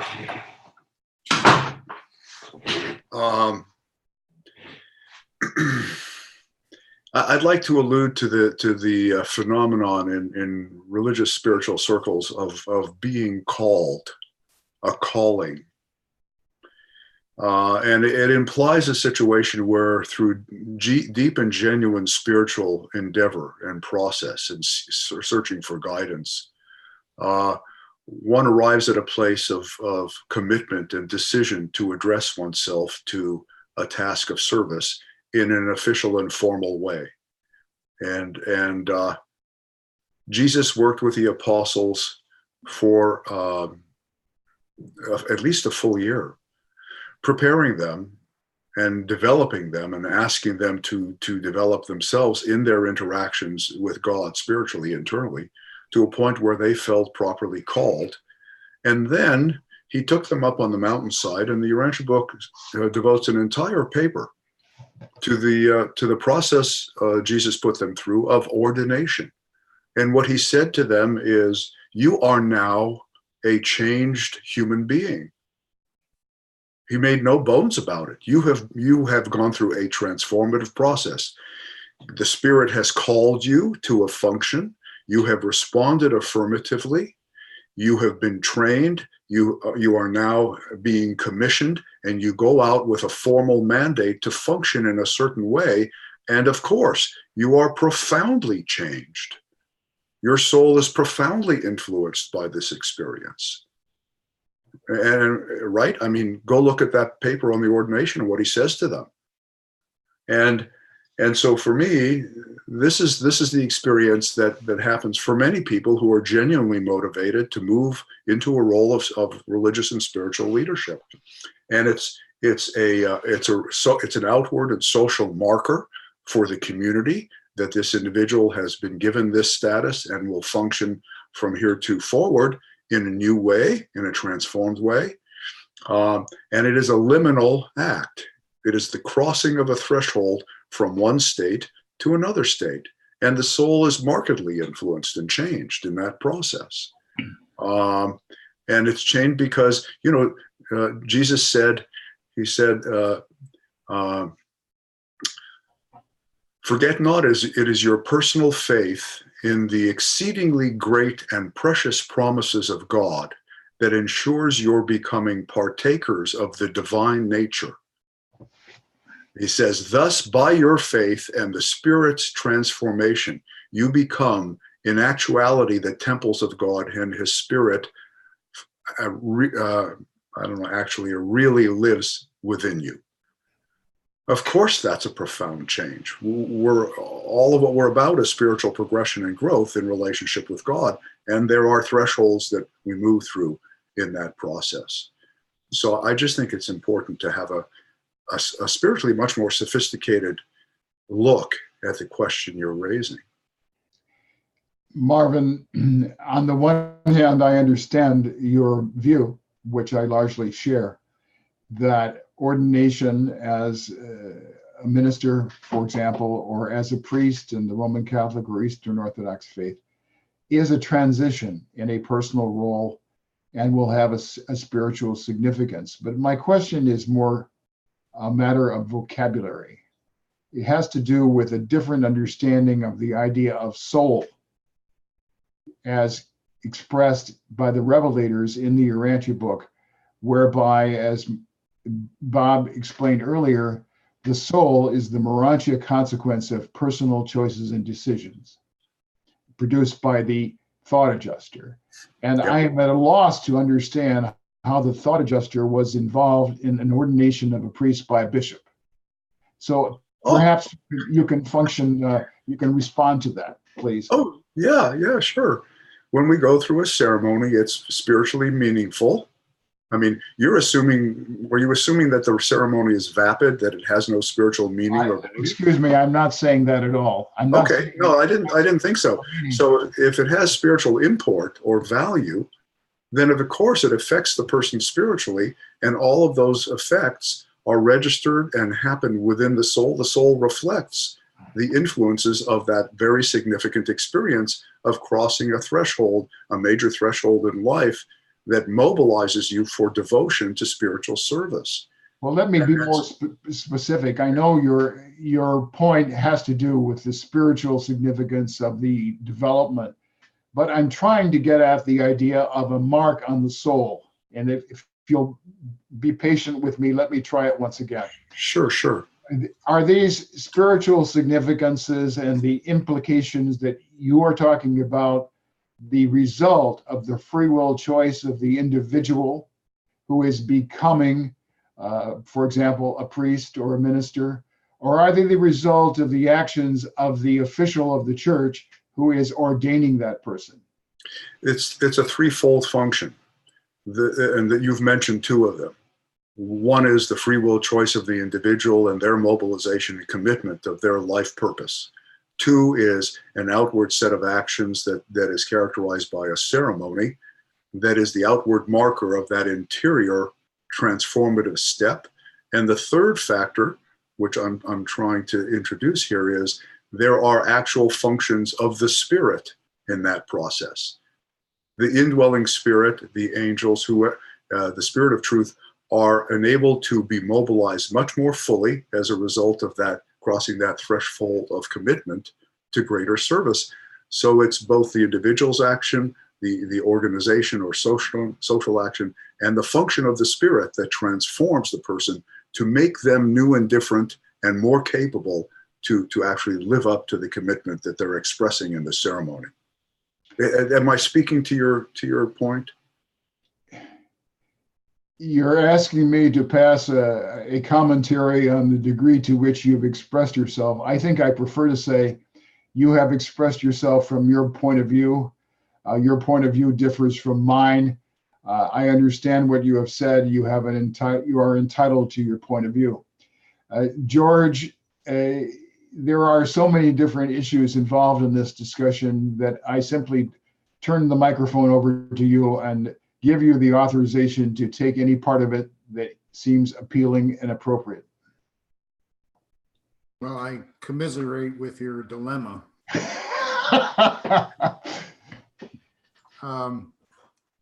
I guess my feeling is your question is, does the ceremony leave a mark on the soul? I mean, sort of following Marvin's train of thought, I would say it's really the first element that he listed, individual choice, that leaves the mark on the soul. In paper 196, section 3, midwayers say, every time man makes a reflective moral choice, he immediately experiences a new divine invasion of his soul. So applying that truth to the situation, if you participate in a public ceremony where you profess your desire to serve God, you're publicly confirming a personal decision, and that has personal ramifications for you, for your soul. It leaves a mark on your soul as a result of your decision to confirm your decision. It's not, as I understand it, it's the situation. It's not the priest or the minister or the bishop who's necessary for it. You could just stand up on a soapbox in front of a crowd and make the profession. And if you were sincere enough, it would leave the same mark on your soul. However, a ceremony provides a nice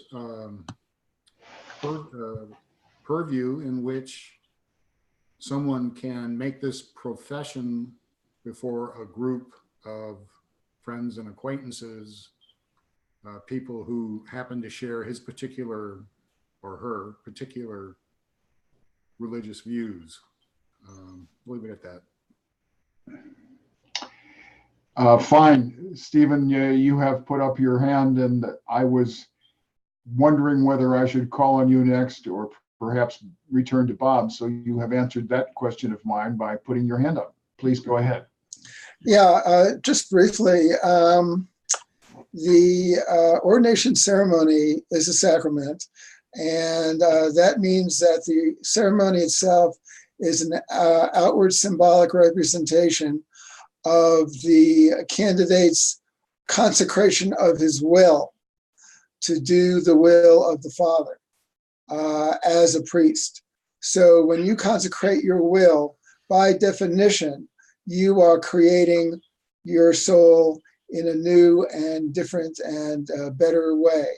That is what soul growth is. It's a consecration of the will to do the Father's will. And in a genuine ordination ceremony where the candidate is authentic and honest and spiritual in his intent, that's exactly what happens. It's a consecration of the will to do the Father's will. And that is soul growth right then and there. Thank you.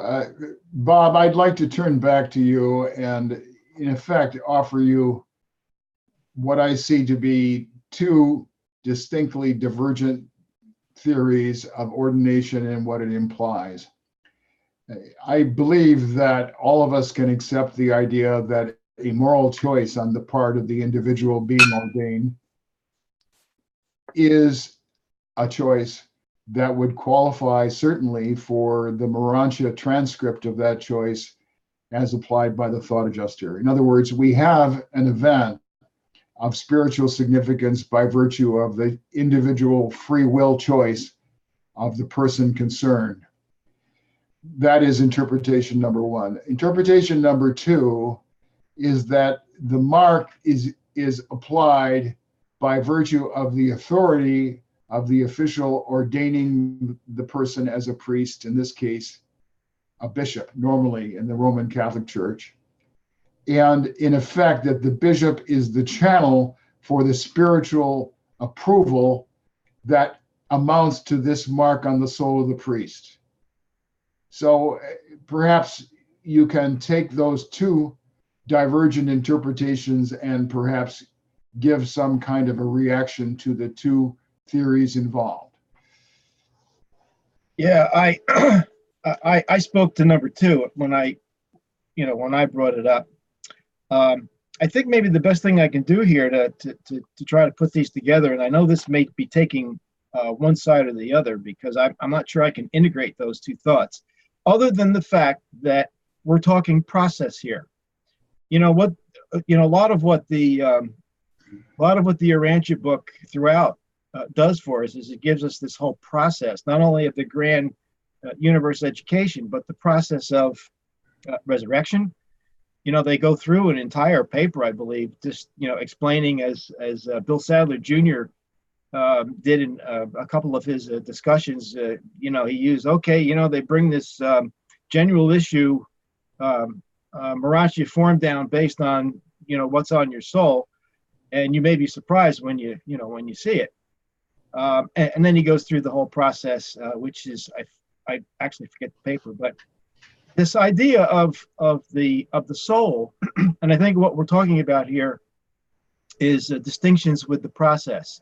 I like George's idea that you can stand on the soapbox and if you make the firm decision to do that, and I suppose this is going to be very similar when we make that decision that is just prior to fusion, when we make that final distinction that that we want to seek and be like the Father.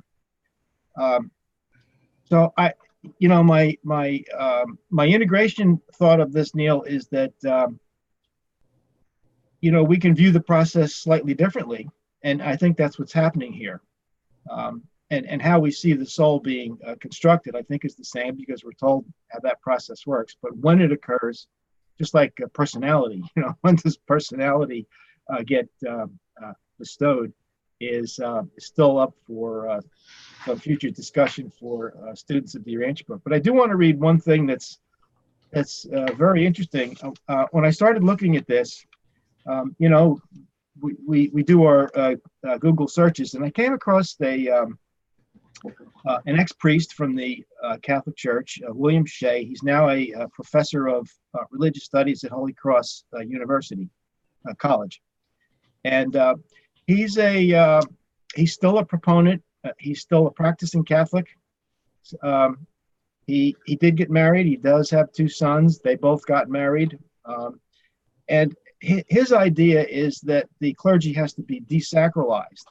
And I just like to read a paragraph, if I could, about this idea that I think I agree with, and our future discussions in the Urantia movement about organization. Do we even have sacraments? Those sorts of things have to be talked about. I'm not sure everybody's going to agree with this, but I think this is one way that I've been able to get this integrated in my mind. He says, he talks about the crisis of the clergy, and he talks about this whole idea of clericalism. So this crisis is that the clergy from high to low should be desacralized entirely. This is a devout Catholic who's saying that he thinks that the clergy has gone over and above what they need to do. This involves a change in the religious culture of all Catholics, not merely the cracking of the clergy's ideological myth about itself, because there was no divine plan for how the churches must be governed. The clergy, high and low, have not simply misused the myth, they created it, imposed it, maintained it, admittedly with the tacit agreement of the laity.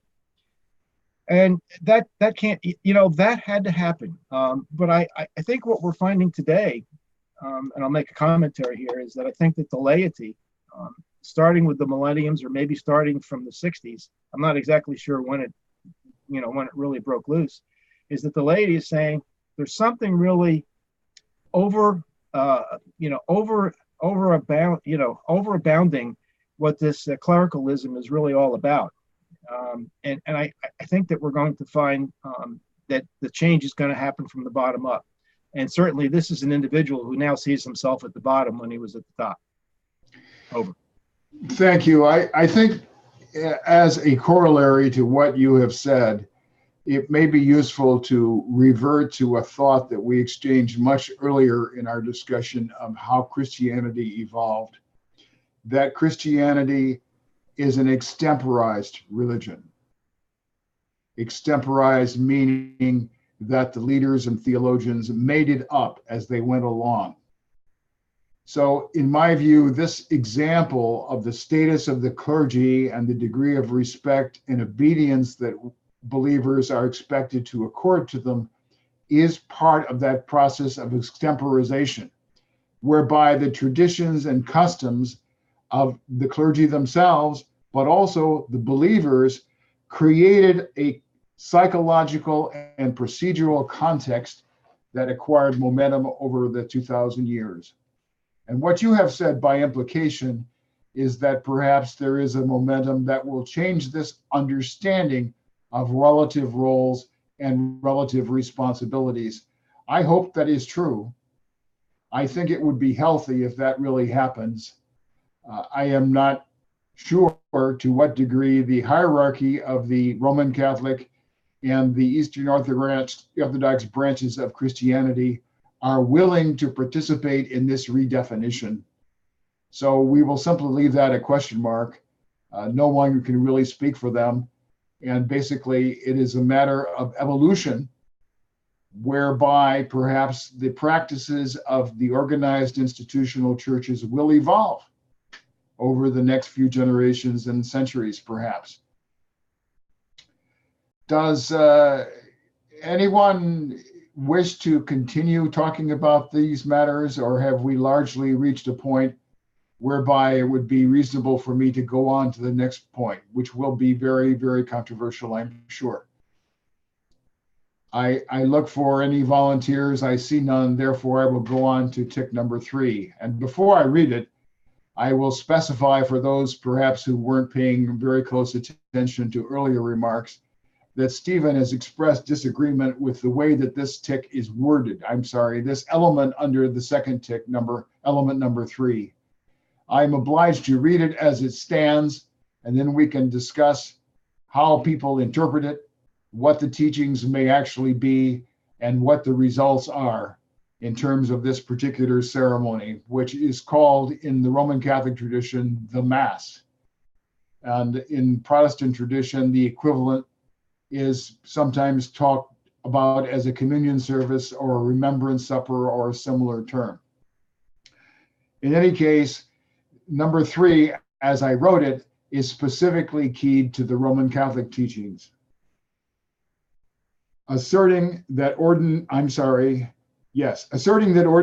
as a priest enables that man to change bread and wine into the body and blood of Christ, the doctrine of transubstantiation, by means of prescribed statements that he makes during a stereotype religious service called the Mass.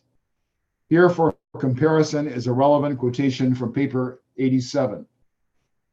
I quote, "The early Christian cult was the most effective, appealing, and enduring of any ritual ever conceived or devised. But much of its value has been destroyed in a scientific age by the destruction of so many of its original underlying tenets.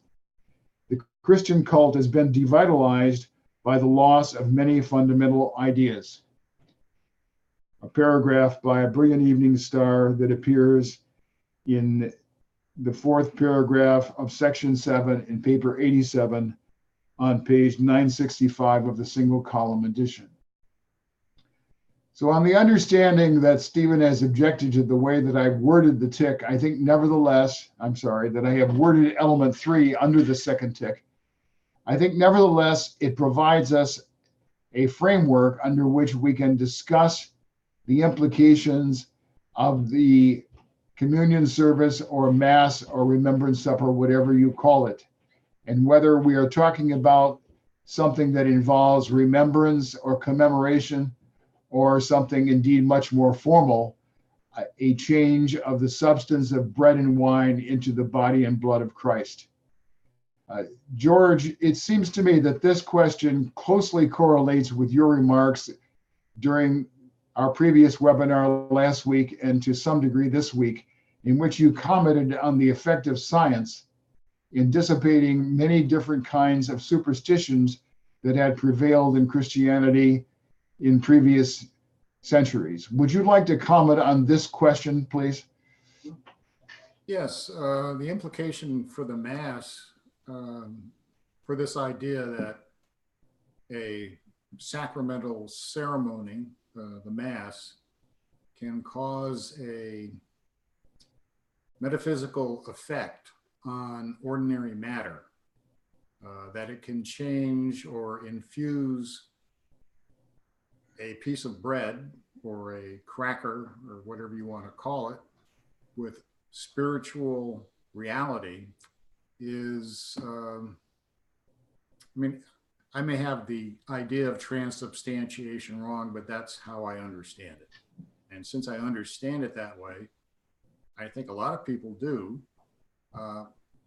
it's just not credible. We live in a scientific age. I mean, in several places in paper 195, they remark, we live in a scientific age, and in this age, people are not going to accept a religion which is inharmonious with their highest concept of truth, which includes physical truth, scientific truth.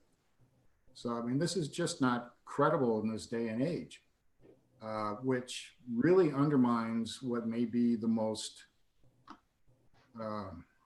effective sacrament of the Christian church. It says it's the most effective, appealing, and enduring ritual. And its great appeal was this idea that you can magically change a material piece of matter. You can add something to it or change its nature from physical matter into spiritual matter. I'm not exactly sure, but whatever the actual doctrine is, that's why it's called transubstantiation. You're changing the ontological substance of whatever it is you're performing the ceremony on. You're changing it from something material into something spiritual. So a lot of rituals in the, like it says, many of its fundamental ideas have been devitalized in this scientific age because it's just not credible anymore to assert that that individuals at this level of reality anyway, can infuse or transform physical matter into spiritual matter. So I think that's that's the problem we face in terms of coming up with an effective ritual. Probably the largest problem we face. Back to you. Thank you. I think now, having caused you to express the interpretation from a scientific perspective, it is fair and appropriate for me to turn to Stephen and ask him to give his understanding from whatever perspective is appropriate in his opinion, theological or philosophic, however he wishes to address the matter. You mean the non-scientific perspective? Whatever perspective you want to adopt, sir. Okay. Well, I am certainly no expert on the doctrine of transubstantiation. I will say that if we depend on science to bolster our belief or corroborate our belief in many things stated in the Urantia book, we're going to be out to lunch very quickly. So science has its place, but it is a place that is circumscribed, self-circumscribed. Science self-circumscribes itself, and we'll take that what it's worth. But that in itself is not definitive when you're talking about religious experience or religious activity. As far as this ceremony goes, in my church, we talk about the real presence. Okay, now the body and blood represents in a symbolic fashion the real presence of Christ in the congregation. Now you can call that the body of Christ. You can call that a symbolic representation of the invisible fellowship that exists in the church. There are many ways to talk about symbolic representation, but symbols have power and symbols have meaning. Whether or not they're scientifically justifiable, it's kind of irrelevant. Now, it is relevant for many people, obviously, who no longer participate, but for people whose belief in the value of the ceremony, sorry about that phone, as far as people who believe in the reality of the ceremony, the scientific opinion is secondary and not primary. So we're talking about the symbolic meaning and value of a sacramental action. And again, I get back to the meaning of sacrament and what that means for people who participate in ritual. It involves the presenting and representation of spiritual reality on the physical plane. And that is not unimportant. And that's what takes place in the ceremony of the Eucharist.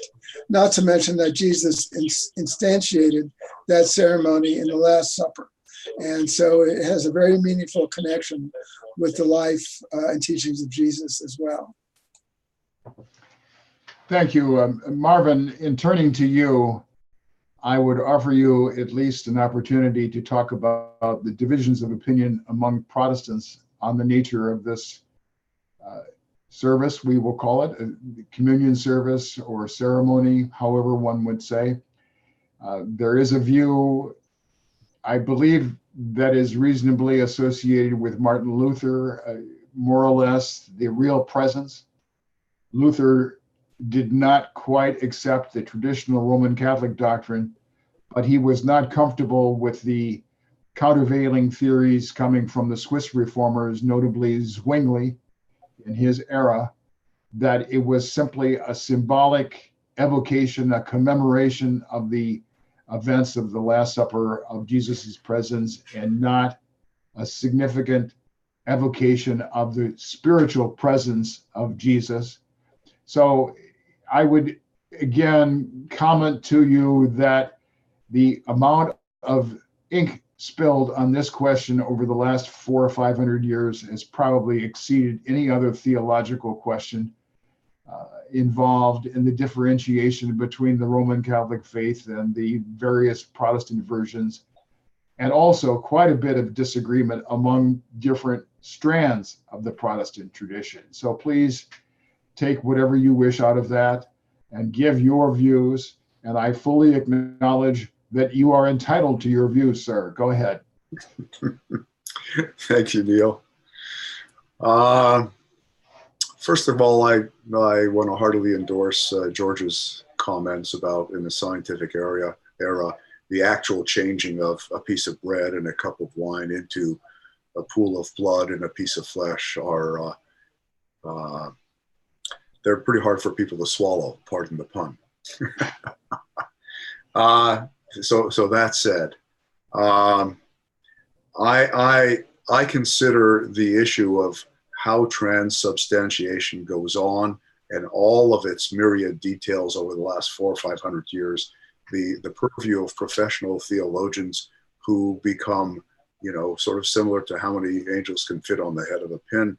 It's their professional preoccupation, and I'm not going to speak to it. I mean, there's not much I have to say about it, and I'm certainly not sophisticated in the nuances of the argument, so I'm going to leave that one alone.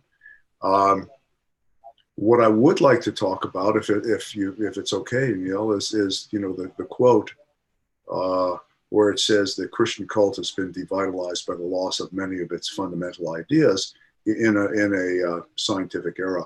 And what I would say, I would add that inseparably paired from our era being a scientific era is that it is, what has been called the postmodern era, where value relativism and the importance of individual personal experience to validate any assertion of anything has become a primary function in our culture, which is both an advantage in some senses and a tremendous set of challenges in other senses.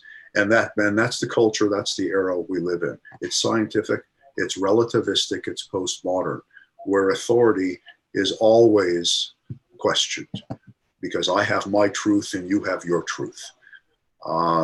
And don't challenge me on me having to accept your truth. My truth is sovereign, my subjective sense of things. So in that era, in this era we're in, the question that for me is most relevant in this conversation is, what is the most potent and central and important experience that someone who is spiritually seeking can have? And how is it ritualized? Those to me are really trenchant questions, important questions.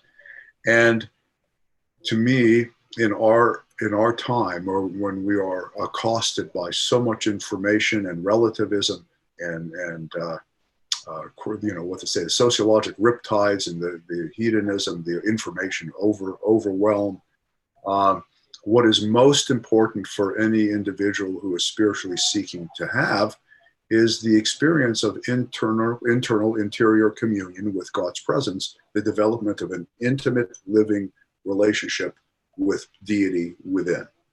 That to me is the fundamental thing that people are crying out for, is to have that profoundly transformative experience. And interestingly enough, the meanings, if you look at the Remembrance Supper, the meanings that Jesus associated with the two elements of the bread and the wine are actually entirely conducive to leading people into that essential experience. In essence, is my paraphrase, what he said was that the bread should symbolize the essence of his life and teachings, the particulars, his whole life and his teachings, as the nourishing substance that you can chew on, take in, and digest. And that the wine, or the spirit, the liquid spirit, was representative of his living presence with the believer in that moment, the spirit of truth that takes the substance of his life and teachings and brings them to life and makes them operative in the life of the believer. That's the essential meanings. And he said, beyond that, you interpret it the way you wish and proliferate interpretations, but that is the essence of what he was conveying in that ceremony, if you look closely at it. And my feeling is that in association with a culture, the development of a broad culture of sharing, of spiritual fellowship that is centered on spiritual family relationships, that you can have a remembrance supper utilizing the bread and the wine, and that it's an effective ritualistic practice that brings to mind for the individual that they are part of spiritual family, and the way of life in spiritual family is central to their own personal journey, and that they can be in intimate parent-child relationship with God and feel the intimacy of that relationship and feel Jesus' presence intimately, and have their lives changed and stabilized in that process. And reiterating that experience in association with a ritualistic practice in group and individually is a potent element in the inculcation and growth of that experience for the individual believer and for the group. Thank you, Marvin. It probably will not surprise you that I am going to introduce yet another thought as I turn over to Bob.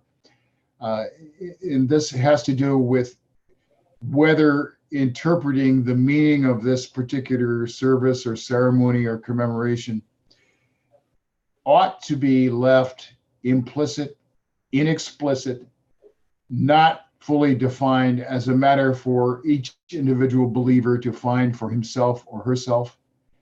In other words, we are looking at a question of the need or the inappropriateness of uniformity of belief, as opposed to a more creative interpretation of spiritual realities left to the individual. Bob, would you talk to this, please?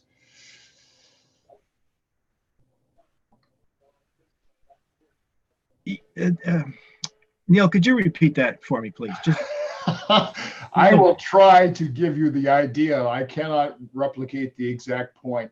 okay. There has been a tremendous argument that has gone on for at least 500 years over the nature of this particular ceremony. Some call it the Mass, some call it a remembrance supper, some call it a communion service, and so on.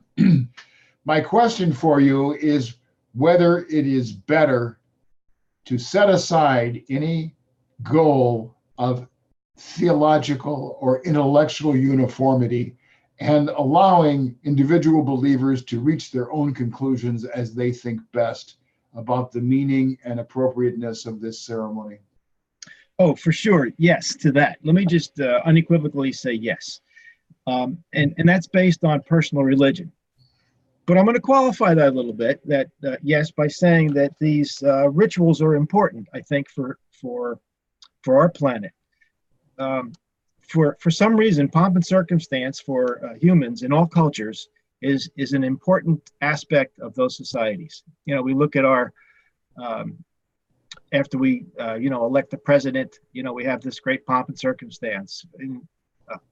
In any kind of a realm, in any place on the planet, we're going to find that. I think that's probably a product of the combination of the rebellion and then maybe something that Adam and Eve was able to instantiate. But that's what we are, and that seems to be where we are. I think the idea of this, I take Steve's idea that this transubstantiation, well, both George and Steve, I agree with. We're not going to change matter or wine, which is matter, into the blood of Christ. But the idea of this symbol, and I thought three S's here: symbol, sacrament, and sacred. Steve brought up sacrament again, and based on the definition of what we see, I always see that the idea of Western Christianity, especially in the Roman and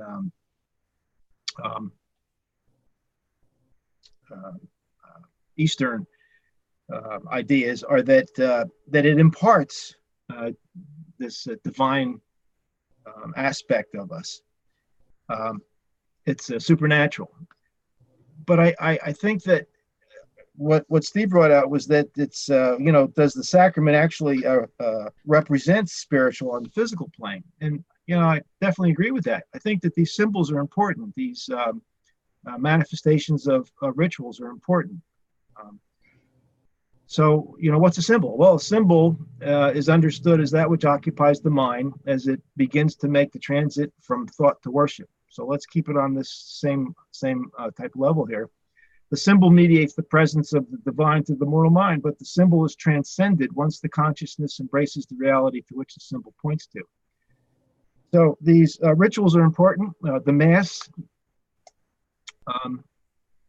may be important to the vast majority of religionists, but if it's treated as a symbol, then it becomes sacred. It doesn't have to have the aspect of the sacrament that the definition of a sacrament that I see, where it's imparting divine aspects, nor the clergy who under clericalism impart these sacraments. I can't see that doesn't hit my scientific mind in the same fashion as transubstantiation can't. Doesn't make sense, and it won't make sense in the future as science becomes, as this whole secular idea of science says there's something wrong with all of that, and moves people further away from this idea of the symbolism to be able to pull out the deeper aspects of our spiritual understanding and spiritual insight, which is what the symbol will then create. So I think that these rituals are important. They probably won't go away. We've talked in the past in the webinars about, what do we think will personal religion and organized institutional religion, will it ever go away, or what will personal religion be? And I've said before, I think there's going to be some sort of a hybrid, and I think that's what these symbols will do to the current rituals that are there. They'll probably change. There'll be different kinds of rituals, which the Spirit of Truth will then hopefully take the current mores and be able to help us turn them into something that's very relevant to the society that we now live in. So back over to you, Neil. Thank you. I think I will now step away from my personal role as the moderator and give a short statement of my own personal attitude that largely correlates with what you have just said. I think we're talking about, on the one hand, a ritual or a commemoration or a ceremony, and we're also talking about a symbol. But by asking you whether the interpretation of this event should be left to the discretion of the believer, in effect, I imply that, and I believe that this kind of a question is not one on which there should be a dogmatic insistence of a doctrinal kind, compelling believers to interpret the symbol, to interpret the ceremony in a particular way. It seems to me that insistence on a single interpretation is contrary to Jesus's emphasis on personal relationship and a personal religion instead of a religion of authority. And now I have a motion from Marvin to share a quotation. But you'll have to unmute yourself, Marvin. Thanks, Neil. By the way, I heartily agree with your last statement that it's the personal interpretation.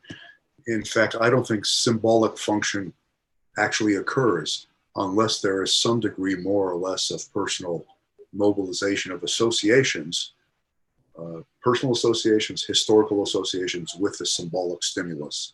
That's the nature of symbolic function in my sense. Here's a passage that I think is, to me, very, very relevant. It's, in case you're interested in the citation, it's 91:5-7. But the minds of greater spiritual, and this not only has to do with symbolism and their importance, but notice there is some sort of, what's the word? Unhesitating elitist stance here. We're talking about the sheep and the shepherd, etc. Here's another one that has some of that flavor. and it goes like this, but the minds of greater spiritual illumination should be patient with and tolerant of those less endowed intellects that crave symbolism for the mobilization of their feeble spiritual insight. The strong must not look with disdain upon the weak. Those who are God conscious without symbolism must not deny the grace ministry of the symbol to those who find it difficult to worship deity and to revere truth, beauty, and goodness without form and ritual. In prayerful worship, most mortals envision some symbol of the object goal of their devotions. And the only thing I'll add parenthetically is when the Ranch book says that the highest conception we could come up with for as a symbol, as a word symbol for God, is that of Father. They're using a symbol, and we need it. I need it. It is extremely helpful for me in my relationship with God to have God symbolized as a loving, nurturing, intimate parent figure in my life. So maybe I'm one of the weak and struggling young spiritual children. But I think the ministry of the symbol, as they say, is much more far-reaching, and finding effective and gracious ritualistic practices that allow the person to really flower spiritually, I think it's a legitimate activity. Well, I was on the verge of giving a final comment, but I see that Stephen would like to contribute. Go ahead, Stephen. Just briefly, I think in another place, the Rancher book uses the word indolent spirituality for those who need symbolism and ritual in their religious life. So I guess I'm one of the indolent as well. I did want to say something else. Oh, yes. As far as a personal interpretation of symbology and ritual, yes, personal interpretation is important. However, most people crave some guidance, some teaching, somebody who has more expertise in these matters than they do. And that's why we're going to always have some form of hierarchy amongst those who aren't as confident in their ability to interpret things or don't know as much about these sorts of things. There's always going to be teachers and students. It's never going to be purely personal interpretation without guidance from other sources. So that's just an ideal that will not happen, at least not in the foreseeable future. Thank you. I was on the verge of making the following comment only to Marvin, but now that you have spoken up, I will make it to both of you, my colleagues who have concluded the remarks. I would like to assure you gentlemen and your two colleagues, Bob and George, that I do not regard any of you as being either feeble or indolent. I believe that we have a tremendous group of panelists expressing very cogent and coherent views, and I treasure the opportunity to conduct these webinars with you. And I think that will be the end of it for today. I look forward to seeing you next week. Thank you very much, Neil, for your gracious hosting and for being willing to act occasionally as a foil for our responses. For sure. Bye, everyone. Bye-bye.